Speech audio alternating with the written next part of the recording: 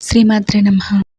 దీపావళి నాడు సూర్యోదయోత్పూర్వము రాత్రి చివరి జాములో లేదా సూర్యోదయానికి 4 గడియల ముందుగా నువ్వుల నూనెతో తలంటుకొని స్నానం చేస్తారు.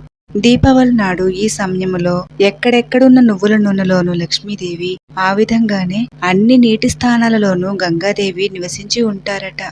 అందుకని ఈ సమయంలో నువ్వుల నూనె ఒంటికి రాసుకొని తలంటుకొని స్నానం చేసిన వాళ్ళకి అలక్ష్మి పరిహరింపబడుతుంది. ఆ విధంగానే గంగా స్నాన ఫలితము దక్కుతుంది.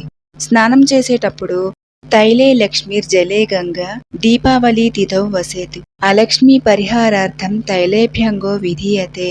ఈ శ్లోకాన్ని ఒకసారి పఠించి నమస్కరించుకొని స్నానం చేయటం వల్ల ఉన్న అలక్ష్మి నశించి దారిద్ర్య సమస్యలు తొలగి అష్ట ఐశ్వర్యములు ఆయురారోగ్యములు కలుగుతాయి.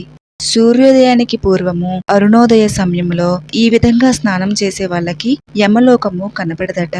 అపామార్గం మదోతుంపిం ప్రపున్నాట మదాపరం భ్రామయేతు స్నానమధ్యతు నారకస్య క్షయాయవై. ఈ విధంగా స్నానం చేస్తున్న మధ్యలో ఉత్తరేని, ఆనప లేదా ప్రపున్నాట మొక్కను తల చుట్టూ 3 సార్లు త్రిప్పుతూ స్నానం ఆచరిస్తారు.